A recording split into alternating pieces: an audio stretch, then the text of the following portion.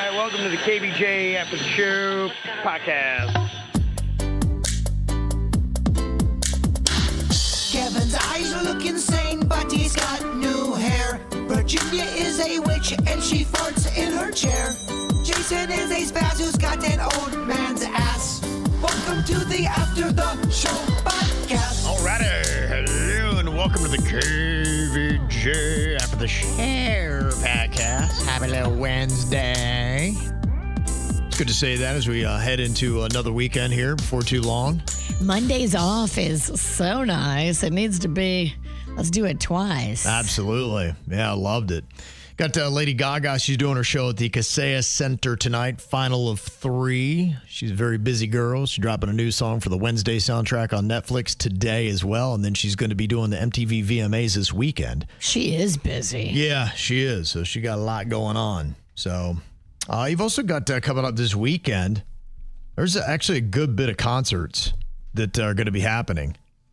Unless they're old and have taken a fall and I didn't hear about them canceling. Like Stevie Nicks tonight, who's not doing her show at Hard Rock Live, I found out. Country star Thomas Rhett tomorrow is going to be at the amphitheater. He's a decent name. I mean, if you play the amphitheater, you got to have some fans, right? Sure. Garbage, the band. Final time they're ever going to be in South Florida. This is going to be their last tour. They're wrapping it up. Pompano Beach Amphitheater on Friday. That could be a good show. I'll not be able to convince anybody in my family to go, but I would like to see that. That could be a good show. I'd go with you. We might have to do that, Bird. You got another show that I'd like on Friday as well. It's going to be at the Parker in Fort Lauderdale. Howard Jones, who quietly had a lot of really good songs in the 80s, and a band called Haircut 100. That's kind of like a little offshoot, but they had one song that's a really cool little tune. I don't know if you've ever heard it, but you probably like it. It's kind of a happy-go-lucky little tune that really didn't do a lot in the 80s, but it's a good song. Now, I know a friend. Now, I wasn't there, but it's a friend I trust who did work with Howard Jones back in the day. Okay. And said he was a dick face. Aww. It's very possible. But I wasn't there. Who knows? And everyone can have a bad day, but he said he was kind of a bit of a diva, especially for the venue he was playing at. Yeah, I could see that. That sometimes does happen. You can be a salty dog. Yeah. And sometimes people do have bad days, but he said he's like, Howard Jones have a dick face. Yeah, well, hopefully you can just watch him do his craft and he's good and you don't have to deal with him personally. So sometimes that's the best way. I think there's a lot of musicians who are probably dick faces. There are. Yeah, there are. Just like if you throw a stone in Walmart, you probably hit a dick. Yeah, it's like anything. You throw a stone at Walmart and you're definitely not hitting an employee because you can never find one. Mm-hmm. And then that Haircut 100, their song was called Love Plus One. You'll never hear a more 80s sounding song than Love Plus One by Haircut 100. How does that even go? It's got horns in it. It's kind of da-da-da. It's just hard to even explain. Does he have a voice like this than everyone in the 80s did? It's not so much like you're doing like a When in Rome, the Promise. Yeah. Oh, sorry, it's about the right things to say. Yeah, it's not necessarily like that. Because there was 4 voices back in the 80s, and a lot of the songs, well, very much like this, and everyone kind of sounded like you can look at the menu, but you just can't eat. Or like exactly. Yeah. No one's left to blame. Mm-hmm. So, and then you got Adam Sandler on Sunday at the KVJShow Center. Oh, that'll be huge. That will be huge. So you got a lot of good stuff to look forward to coming up this weekend. So there you go. We'll get you all tuned in for everything that's going on and not yet canceled on Friday's show. Going to be happening. Some of the comments that we got from things we discussed today in the Whacked Out News. Florida man busted. His whole game was getting drugs into prisons, and now he's going to be in one. Prisons in Florida, California, South Carolina, and hearing what a big business this actually is. I didn't realize that there was a hole for this stuff, but Michelle said, yeah, I worked for the state of Florida Department of Corrections for over 10 years. It would blow you away, the amount of contraband that gets in every single day. They get cell phones, they go on their Facebook, Instagram, they got TikTok, all social media, they make phone calls. I couldn't believe it. Insane. There's like I was telling you about the one girl who killed 2 guys by crashing a car into a wall. And first of all, the other thing that happened, all of the calls with her and her mom got released, and they didn't know they were going to be out in the public, and it makes them both look like shitbags. But Damn. Not only that, though, she's like doing TikTok videos, and I'm going, what the fuck? First of all, she got more followers than us. Which is very insulting. That's terrible. In prison. Yeah. Yeah, I don't get how you're allowed to do that. Michelle said, yeah, whoever owns the phone rents it out to other inmates. So they're making money, whether it be commissary or dollars. The guards a lot of times are in on the business. And you're right, too. The girl that I'm talking about, she comes from money. So mommy and daddy is always making sure she's got money in her commissary account. And that does get you power. It does. It does. She's got the goods. She can get you whatever you want. Mm-hmm. Yep. And Jesse talking about Denny's little rant today about YouTube Kids. He was getting an account for his son Lachlan, just over 2 years old. And the thing that was happening was at the end of the videos, it would turn on to something wonky. Like one guy that had a bird pooping on him for fun that was a little bit odd. And they were just kind of bizarre, like the choices they would have. He wanted stuff that was... Yeah, he wanted stuff that was on the level like the Miss Rachel and things like that. And yeah, next thing he knew, his kid was hiding under the table crying because some dad was scaring his kids dressed as a zombie. And horrifying. Lachlan sees that and he's like, what the heck, man? He got all freaked out. He's hiding. My favorite part was Denny's because I walk back in the room and this kid's getting slimed. I'm like, what the hell is this? Yeah, I didn't sign up for this. And Jesse said, I really related to Denny's frustration about YouTube Kids, and I wanted to share our experience. I have 2 kids, 6 and 8. And we've essentially banned YouTube of any kind, regular or kids, unless my husband and I are in the room. Even then, It's only on specific channels we trust. For example, if they want a little dance party, I'll let them pull up the Kids Bop channel, but they're not allowed to deviate.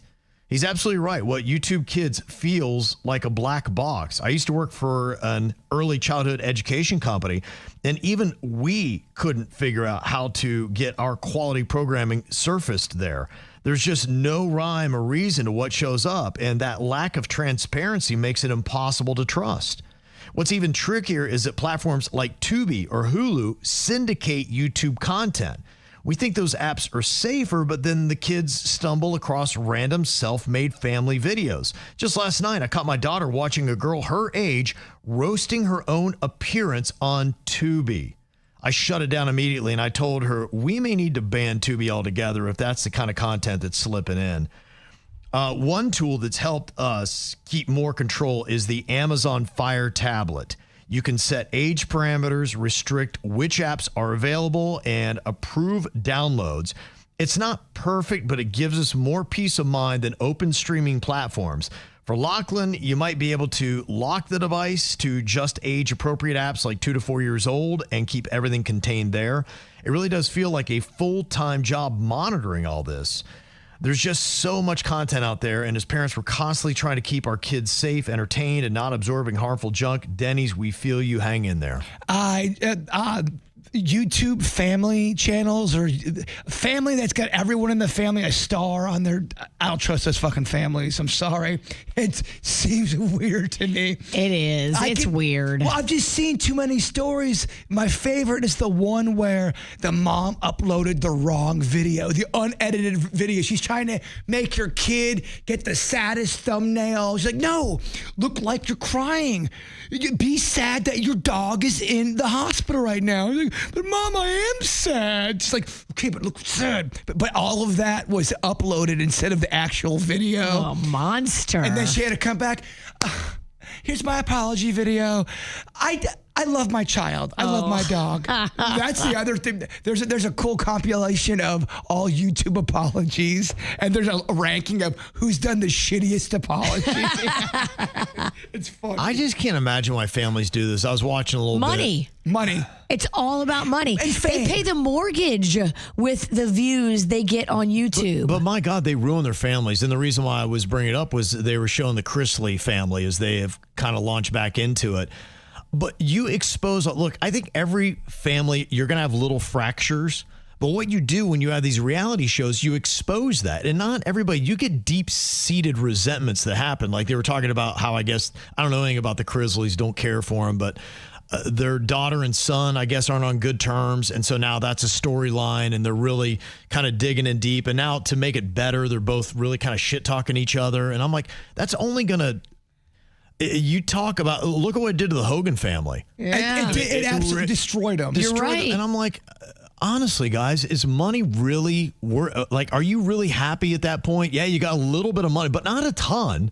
I mean, Hogan got his money because he boinked a chick, and then it got thrown out there, and then it got broadcast by somebody else. And, of course, he had his wrestling career. But, I mean, how much of his net wealth was from the Hogan family show that they did? I was just watching one of those murder documentaries. Now, obviously, she did not deserve to get murdered, and you feel terrible of what happened. It's a horrible, horrible story. But the Chris Watts story, she was very big into social media, and you can see her putting the camera on her husband, and he's just like, I'm not feeling this. And I think if you get in a situation where one wants to be the star, but they're making the other one be a star, you can start to get a very big time, deep resentment towards your partner. I don't know how you wouldn't. I mean, I look even at my own family, and, you know, we thankfully are, for the most part, drama free, but we still have things that, you know, it's a little tense, and there's a little discomfort between some family members. And if I were to expose that for content and really try to blow that up, I mean, a relationship that's fractured becomes irretrievably broken. Right. And then here you are, all of a sudden, family members aren't talking. You wind up hating each other, and there's no way around it. For money. You're going to destroy your family, because those things have to be soothed. They have to be handled with kid gloves because feelings are involved. And then you're exposing that for people to then comment on, and you're supposed to be outraged about it.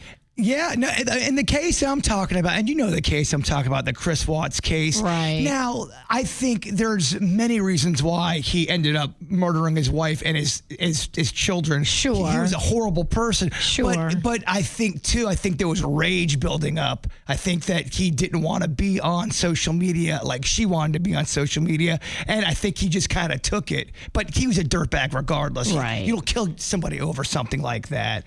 He was set off, but I don't think that helped either. Sure. Before Kevin gets an email of me defending Chris Watts, because that's not what I'm doing. Defending the murderer, That is Jbird. not what I'm doing in the least bit. He is a dirtbag and deserves every horrible thing that happens to him. Mm-hmm. Yeah, it just still is kind of mind-boggling to me, and really kind of sad. You know, the Kardashians, to their extent, they must sit around and be like, okay, let's act like we're mad. Oh, and that's the only way, because if you took things that were serious to somebody and said, we're going to really blow it up and expose it, whatever's this fractured little disagreement you have, we're going to make something really huge out of it. They create fake anger and fake drama. Act like you give a shit about this, and then we'll fight over that instead of... Yeah, really going in on what is the stuff that fractures, because every family's going to have it. And if you really just expose that and dug deeper on it, you would destroy every family out there. There's no way around it. Our ride or die, Taris in Pompano, with a degree in meteorology from FSU that I'm not sure she uses.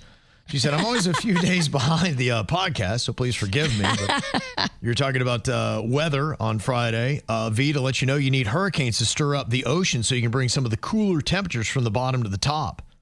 Okay. It's good to know. Didn't realize that. And Kev, there is growing research that shows there's no real correlation between El Nino y La Niña and hurricane intensity, but traditionally it's been that you want an El Nino year so we get less intense hurricanes. Okay, so we were talking about the conditions on that. And I saw something that I guess I didn't realize about hurricanes. You know, because I think a lot of times you may look out there and you're like, I mean, it's not even a tropical storm. I'm not the least bit worried about that. It's not a big deal. But apparently the big dogs, that's just it. They come in like not a big deal at all. They say the strongest U.S. hurricanes were often tropical storms just days before landfall.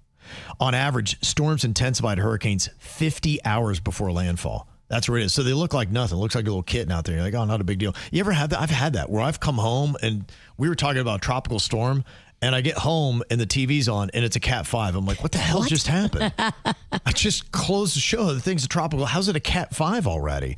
Yeah, they said that rapidly intensifying hurricanes near coast have tripled between the years 1980 and 2020.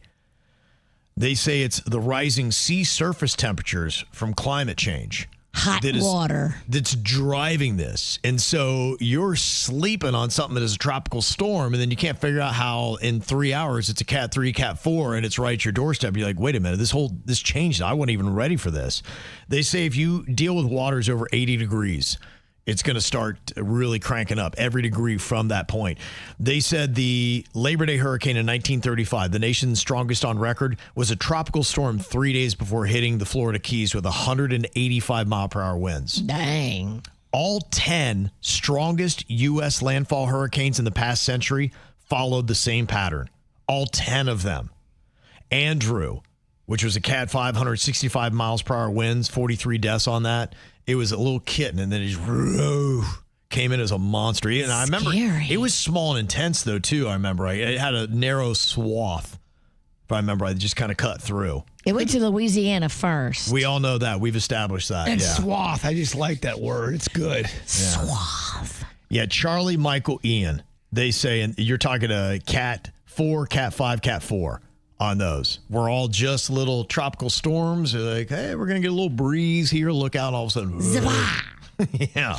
Take that. So that's what they're saying now. Don't snooze on it because all 10 of the strongest U.S. landfall hurricanes in the past century were all kittens coming in. Well, we got into a debate on how you say different words today.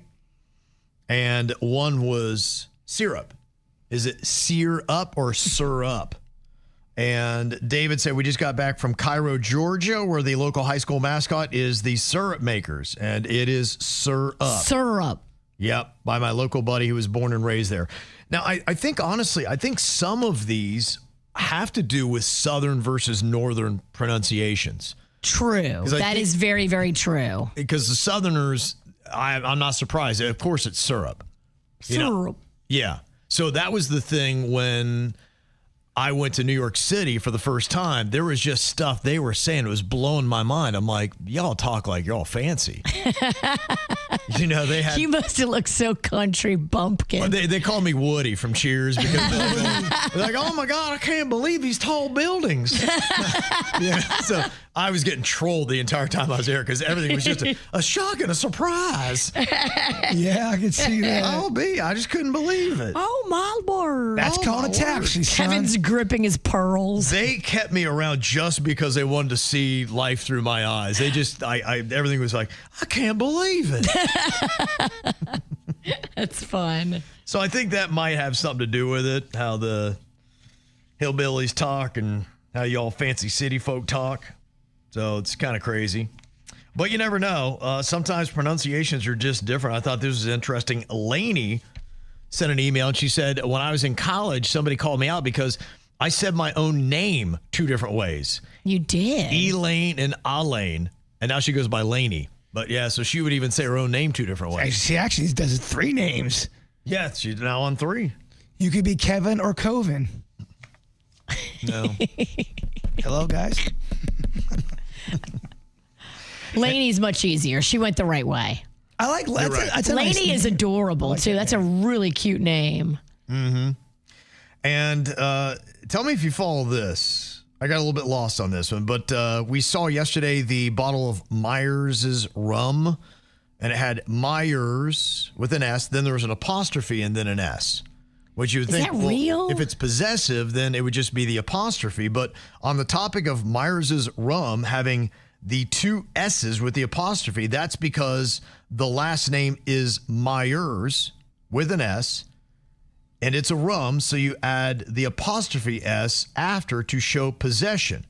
Just like the amazing Greek restaurant, Chris's, it's C-H-R-I-S apostrophe S, Taverna. That's what happens with Denny's. Like if I have to write something up for social media, Denny's is I think if you're showing possession, you would spell it DENNYS apostrophe S, right? I always thought it was just the apostrophe. Like, to me, what's new? I mean, now keep in mind, I'm from the country, and maybe we teach it different there. You know, grammar's a little bit light where I'm from. Yeah, what they call you back in New York? Woody. Woody, yeah, Woody. Yeah. So they may be like, well, that's a small-ass country school for you. That's what y'all do. But I've never seen where you would have Myers and then an apostrophe and then an S after. I always thought it was the S and then the apostrophe is all you needed because you don't do the double S's. Someone's got on my ass about it before. Your apostrophe is not showing possession. Whoever wrote this post, I'm like, I'm just going to spell it DENN or DENNYS and keep it at that. You know what I mean? Right.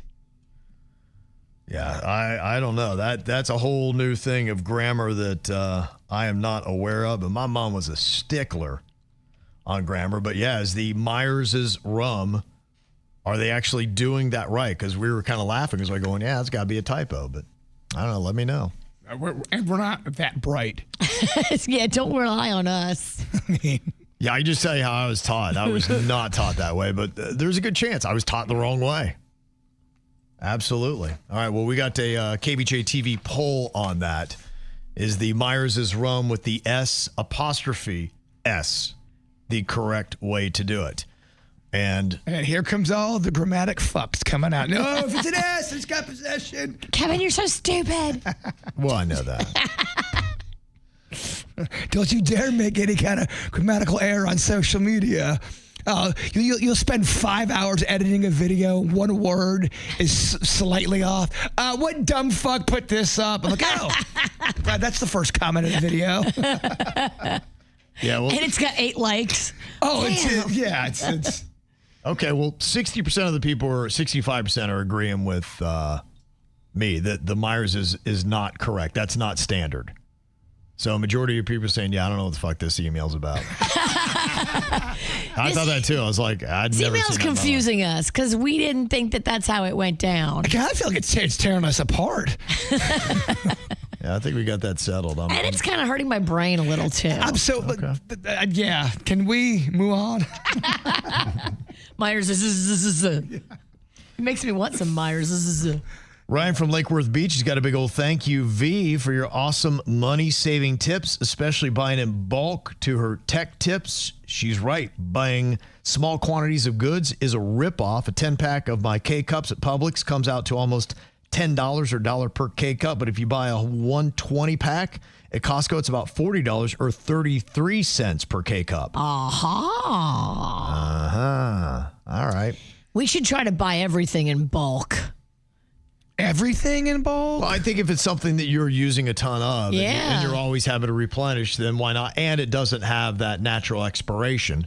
Buy a pallet of ass paper. You're going to use it. There's just some things that look weird when you buy in bulk. If I was to go in and buy lotion in bulk, you're like, what the fuck is this perv doing? Oh, we know what you're doing. Well, I mean, a man can only toss off so many times in a day. I feel like you've already tried to break records. No, I'm losing my edge. World Record Wednesday?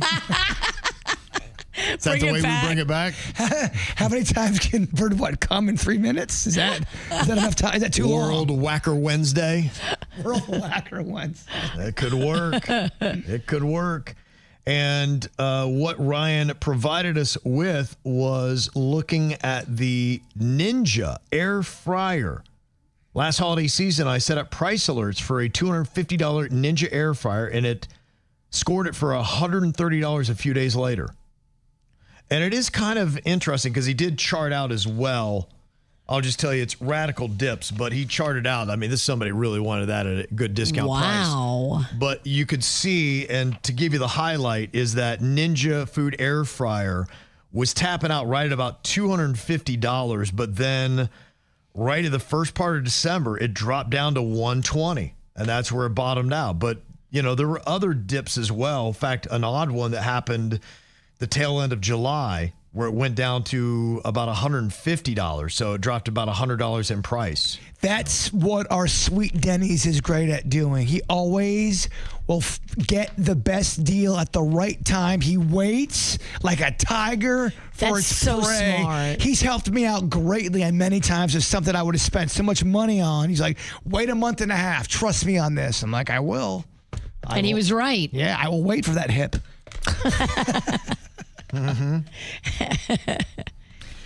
Well, some people are asking if we have taken a look yet at the just announced season 34 cast of Dancing with the Stars. I told you names are Hilaria popping up. Baldwin was going to be on it. Man, they get some annoying fucks on that show. Let me guess. There's going to be an athlete on there that doesn't really do well at first, but he does. Oh, his second round. You're really starting to get it. That's the Olympic gymnast and gold medalist Jordan Childs. Boom, there it is. I knew it. You got a social media star, of course, Dylan Efron. And That we don't know, I'm sure. from Boy Meets World, Danielle Fishel Okay. is going to be on You know it. that. Yeah, Yeah, you know that one. A pentatonic singer, which nobody's going to know that. Now we're reaching. Pentatonic, Virginia. If it was a singing competition, I think pentatonics makes sense. But But it's Dancing with the Stars. Fifth Harmony singer, Lauren, I don't even know the last name, but that's funny. Fifth Harmony, boy, they're really trying to come back, aren't they? That would be so funny if that's what the host said. We've got the girl, I don't even know her last name. Come on here, Lindsay. Third Harmony. Third heart. Andy Richter. Now he's not doing the Conan gig. Really? He'll be, you know what? He'll be a fan favorite, and I see him at least getting to the middle. Like, oh, you move good. And he's like, yeah. He'll be funny on the mic. They want a Richter to stick around for a minute. I would. I think the lady's going to be rooting for that Robert Irwin. That's the Croc Hunter's son. That dude, have you seen his abs? Yeah, he looks good. I feel creepy, though. I hear you. What? He's a Oh, baby. he's a baby, yeah. We've watched him since he was a baby. Oh, yeah, that is weird. It's really weird. And also rounding out the season 34 cast, the actor and musician known as Corey Feldman. No. Yes. How did I not fucking hear this? It just got released. Oh my gosh. This is amazing. What a dick. I cannot wait for him to be on this show. This will be great. Oh, man. You've seen Corey Feldman dance, of course. I don't imagine this is going to be good. Oh, your girl Alex Earl is going to be on there. Yes, that's what my wife is most excited about. She's a big fan of Yes. Alex Earl. Yeah, so they've got they got a good-looking dude, good-looking chick. Man, I've seen so many interviews where Corey Feldman is such a dick. Such a dick. I mean, he's so full of himself. Hilaria Baldwin, so full of herself. I think this is going to be finally the season we have to tune in a little bit. Corey Feldman's going to do his Michael Jackson breakdancing stuff. Day one. He'll do a tribute gonna to be Thriller unreal. or something. The first dance he that's does gonna be is a so tribute terrible. to his mentor, Michael. Yes. Gosh, it's going to be And awful. You could turn this into a drinking game. Every time Corey Feldman mentions that he was friends with Michael Jackson, or he promotes something he's done that no one gives a fuck about. How far does this go, the Corey Feldman run on Dancing with the Stars? Does he have a legit chance to get past the halfway point? Yes, and I'll tell you why. Because I think when it comes to these shows, they sometimes don't play fully by the rules, and they know he is just social media gold. And getting rid. If you keep all the people you've never heard of, no one's going to want to watch it. You need Feldman, and you can't tell me who's ever in charge of that is not saying keep Feldman around a little bit. Yeah, we got to pull the strings. We gotta, yeah, exactly. Get him some votes. Get him some votes. Yeah, I don't buy the truthfulness of that show. Oh my gosh. Who's going to be the cringier star to watch, Hilaria Baldwin or Corey Feldman? They are going to be in a cringe off. It's a dead heat. It's a dead heat. Dead heat. They're so self-absorbed and unaware. Okay. Yeah. I don't think either one of them even notices that people think that they're off. Okay. They don't care. Julian Huff, Alfonso Ribeiro is going to be the two hosts on that. So, Okay. be good. I like Alfonso. I do too. Yeah, he's solid. Yeah, he's got West Palm ties too. So he hangs out here a good bit. All right, well, can't wait for that now, huh? I mean, Yeah. I can wait, but Now you have to watch. I'm a little bit more excited than I would normally be. Somebody had sent the grammar rule is if the word is plural, apostrophe only, that house is the Ralston, so there's only one S there. But if the word is singular, you add an S after. That hat is Chris's, which would be Chris with the S, then apostrophe S. How many apostrophes do we need if I said I gave 0 fucks about that? That's no apostrophe. No apostrophe, No yeah. apostrophe at all. Just an S. I'm being a jerk. And to fully answer the question we had yesterday from Jeremy of major American sports teams that do not have an S at the end. And he opened my eyes to realizing, my gosh, every single sports team name has an S at the end. The NFL is all of them. We were breaking our brains. Yeah, from the major sports teams, the NFL has not one. Every single team has an S at the end. There are 9 major North American professional sports teams that don't have an S at the end of their name. We got 2 of them yesterday, in the Boston Red Sox and the Chicago White Sox. That ends with an X. The Jazz. Yep, Utah Jazz, NBA Lightning. is one. Tampa Bay Lightning is another. We mentioned the Miami Heat yesterday. And in addition, you've got the Colorado Avalanche in the NHL, Minnesota Wild, NBA, Oklahoma City Thunder in the NBA, and then Orlando Magic in the NBA. And that's it. That's your 9 right there. It's a fun little trivia question. That is. Only 9 of all the 4 major sports that don't have an S at the end. Well, thank you very much. Look at how much we're learning here on this show. You were talking a bit about your grandma and going to go visit her, and got a question here wondering if there's any food or drink that your grandmother does regularly. And they bring that up because my mother watches over a 98-year-old woman who's eaten an egg and has a glass of grapefruit juice every single day. And I'm like, oh, gosh, she hit 98, so I've been trying to do it every single day.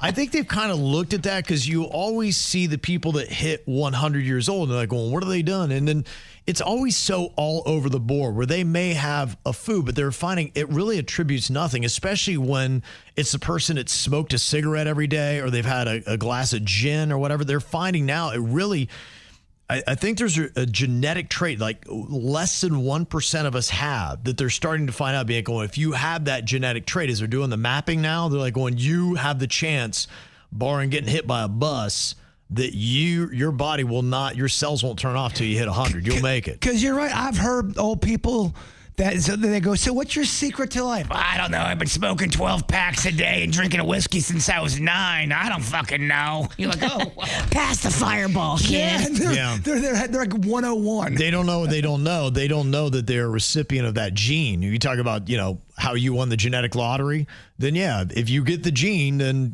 good luck, have fun, have a drink every day, smoke them ciggies, you'll still hit 100 for whatever reason. And then they're trying to figure out, how can we use that gene? What is it about it? What does it say about us? Is there a way to help us in our own longevity if you don't have the gene? Imagine if you really could find out the day you die, how much of your life would change mentally.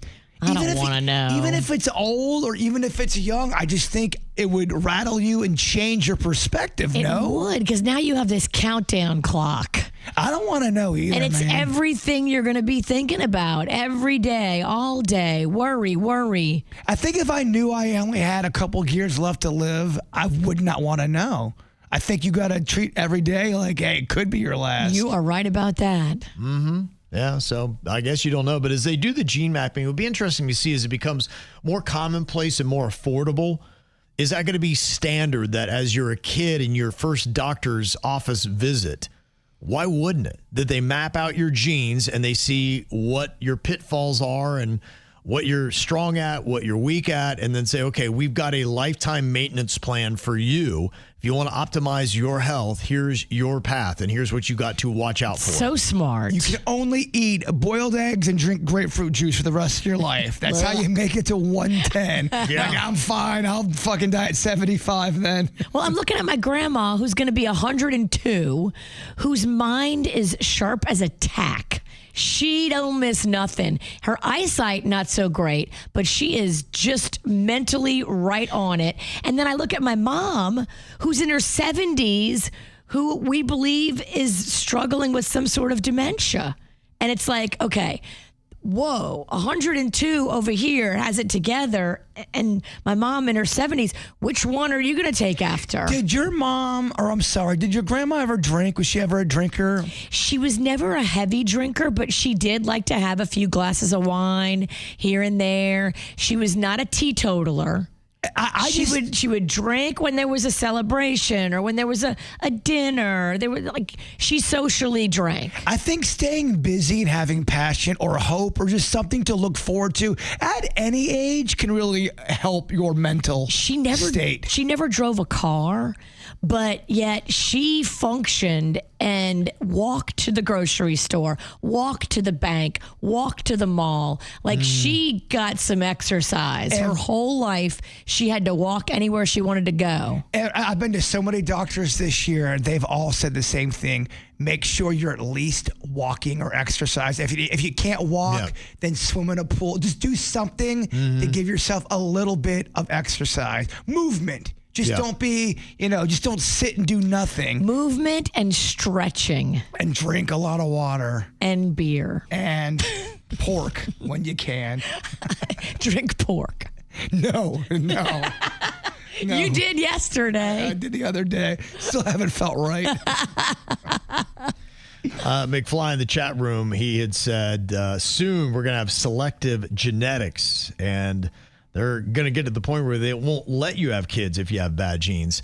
I don't know about not let you, but you probably will get to the point where people can look at their genes and say, hey, we mix our genetics together, we're going to have a kid that's going to get cancer or something like that. And they could say, all right, well, what if we can manipulate your genes and take that out of the script? Or use somebody else's sperm to save your kid's life.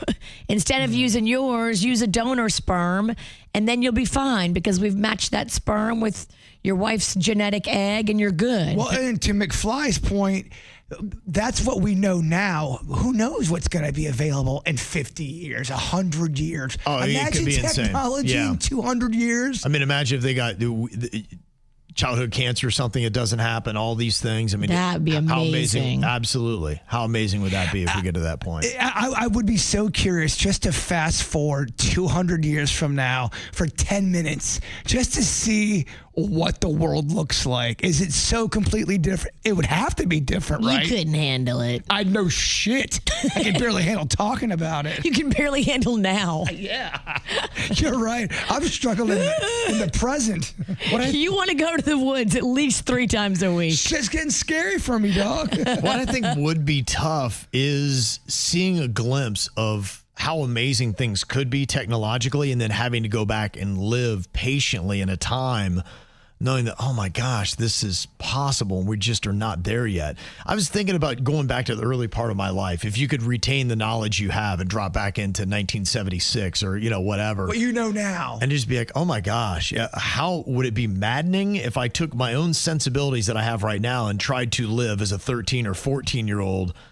Would I immediately be like, well, this is relaxing. I love in this slow down lifestyle. Or would I be absolutely insane? Be like, oh my God, I can't find out what's going on in the world. I can't get this. My music, I have to listen to a song like that. My cassette tape is spitting tape out at me and it sounds like ass. You got to go back to school and take all the tests, do all the homework. And you wouldn't have your internet to find all the answers to everything. You'd be going, oh my gosh, I got to go find an encyclopedia now. Like, what the hell? This is terrible. I think that we are just so beaten down with an on-demand culture. You asked that question not that long ago. I'd love to go back in time, and I'm thinking as soon as I couldn't, do Uber Eats, I'd be like, fuck this, send me back to the future. Right. I think sometimes you can't unlearn what you already know, and to be there, you would have to our brains, I think our bodies, I think we've just wired ourselves for this modern society that we are a part of, and you're just trying to stay on top of it. Now, if you went back 30, 40 years ago to your childhood, it might be maddening in some instances. Ever since the internet came around, and we do have on-demand everything. Everything's on demand. People lose their shit if they hit a button and something doesn't work immediately. I mean, you'd go back to a time where you'd have to really sit down and develop patience again. And personally, I think it's what we're lacking. Imagine if we took 10 to 20% of our current population and we sent them back to 1982 and you were part of it. How easily do you think you could pick out other people that were time travelers that came back along with you? Oh, easy. How differently would they be acting in that society in 1982 coming from 2025? It's a fun game. It'd be interesting to see just walking around if you could be like, oh my gosh, they're from my time period. They're from the future. Just the way they act. They're yelling at a McDonald's person and be like, going, what's wrong with them? What the hell? That's how we were in Italy. You can point out the Americans really easily. Sure. Yeah, I bet. I just think it's so built in our culture now to where you can't get that genie back in that bottle. I think you can, but it's going to take probably a full entire month of a detox. No, I think, and then you can be fully immersed back in 82. I think it would take longer. I think it would take years probably to fully untangle where you were and learn to relax and get your mind back to, you'd have to unwind your mind. Unwind your mind. I think it would be a longer process than you might think, but I think you would get there. But I think it'd be very uncomfortable for you in the first couple of months, being like, oh my gosh, like I'm just to not be able to reach out, hit a button, have this. I think individually, some people could do it and probably get through it quicker. Collectively, I think it would be a very large challenge. It would. I think some people could do it. I was having a conversation yesterday. It was a bunch of industry people on what we do in radio, and we were kind of talking back to the times when we first got into this industry and how hard it was to turn something around and do work that would take, not even kidding, 20 times as long back then, and then to do it now. So imagine trying to do what we do today with the resources of I would drive myself insane. I don't know if I could do it. I really don't know. Remember editing reel to reel? Absolutely, that kind of stuff. Cutting tape and doing all that stuff. It took forever. Yeah. That's insane to think about. Yeah. I would love to play with a splicing machine again. That'd be fun. Your work would be a tenth as good as what it was, and it'd take you 10 times longer. Oh my gosh. To do a tenth of the quality that you can do right now with all the technology. And I'm sure there's so many fields that would be the same way. Yeah. Like, I couldn't imagine if you took me in my field back to 1982 and I had to work with what they had then, it'd be an absolute nightmare. So fascinating stuff. I always appreciate your input and your wisdom that you send to us. You can do it by send us an email, mail@kvjshow.com, mail@kvjshow.com. Appreciate y'all watching, listening, whatever you might be doing with KVJ on YouTube or on those podcast apps. We'll see you back here tomorrow. Goodbye.